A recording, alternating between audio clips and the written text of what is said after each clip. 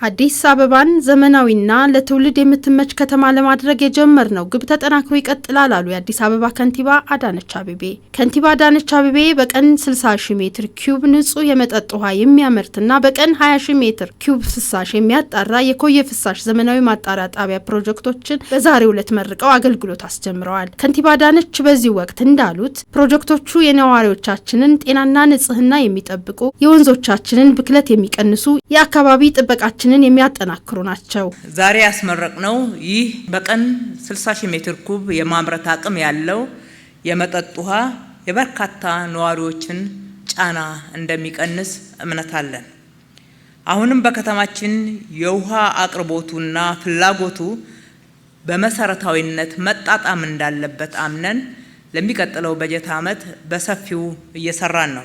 በዚሁ አግባብ በቀጣይ በጀት ዓመት በቀን እስከ 130,000 ሜትር ኩብ ማምረት አቅም ያለው ፕሮጀክት አጠናቀን ለአገልግሎት የምናበቃ መሆኑን ስናገር ወይም ደግሞ ለነዋሪዎቻችን ማረጋገጫ ስሰጥ ከፍተኛ ደስታ ይሰማኛል። አዲስ አበባን እንደ ስሟ አዲስ፣ ውብ፣ ጽዱ፣ ጤናማ፣ አረንጓዴ፣ ዘመናዊና ለትውልድ የምትመች ከተማ ለማድረግ የጀመርነው ግብ ተጠናክሮ ይቀጥላል ያሉ ሲሆን ንጹህ የመጠጥ ውሃ አቅርቦትን ለማሳደግ በቱሉ ጉዱ፣ ለገዳዲ ክፍል 2፣ በረከት የጋራ መኖሪያ አካባቢ፣ ቦሌ አራብሳና ሌሎችን በርካታ ጉድጓዶችን አልምተን በከተማችን ከ5 ዓመት በፊት የነበረውን 525,000 ሜትር ኪዩብ በቀን የማምረት አቅም ዛሬ ላይ 910,000 ሜትር ኪዩብ አድርሰናል ነው ያሉት።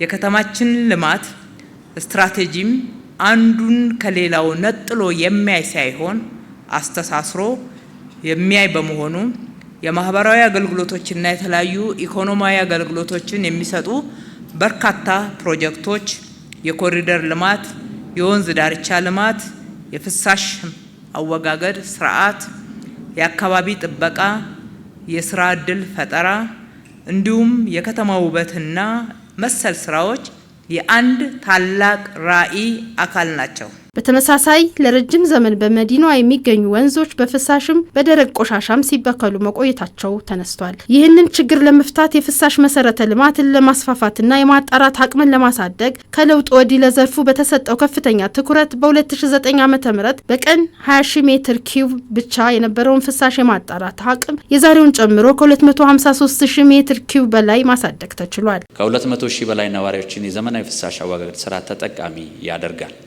ከማጣሪያ ጣቢያው ግንባታ ጎን ለጎን እስካሁን ከጋራ መኖሪያ ቤቶችና ከገላንጉራ ነዋሪዎች ወደ ማጣሪያ ጣቢያ የሚወስድ የ186 ኪሎ ሜትር የፍሳሽ መስመር ዝርጋታ ተከናውኗል። በተለያዩ ፕሮጀክቶች ላይ የብድር አገልግሎት እየሰጠ ያለውን የዓለም ባንክ የውሃ መገኛ አካባቢዎችን በትብብር ለማልማት እገዛ ላደረገው የኦሮሚያ ክልል ኑሯቸውን ሲመሩበት የነበረውን መሬት ለዚህ ታላቅ ልማት የለቀቁ አርሶ አደሮችን ጨምሮ ይህ ታላቅ ፕሮጀክቱን እንዲሆን ድጋፍ ላደረጉ አካላት ከንቲባ አዳነች አቤቤ ምስጋናቸውን አቅርበዋል። የወርልድ ባንክ ግሩፕ ብድር አገልግሎቱን በማቅረብና ፕሮጀክቱንም ከኛው ጋራ በመከታተል ለዚህ ውጤታማ ስራ እንድንበቃ ላደረገው ድጋፍ በራሴ በከተማው ነዋሪ ስም በከተማ አስተዳደሩም ስም እጅግ አድርጌ ማመስገን እወዳለሁ። እንዲሁም ለኦሮሚያ ብሔራዊ ክልል በተለይም የውሃው መገኛ አካባቢ የሆኑ የጭቋላ፣ ቢሾፍቱ፣ ሸገር ሲቲ፣ ገላን ክፍለ ከተማና ተመሳሳይ አካባቢዎችን ለዚህ ትልቅ ፕሮጀክት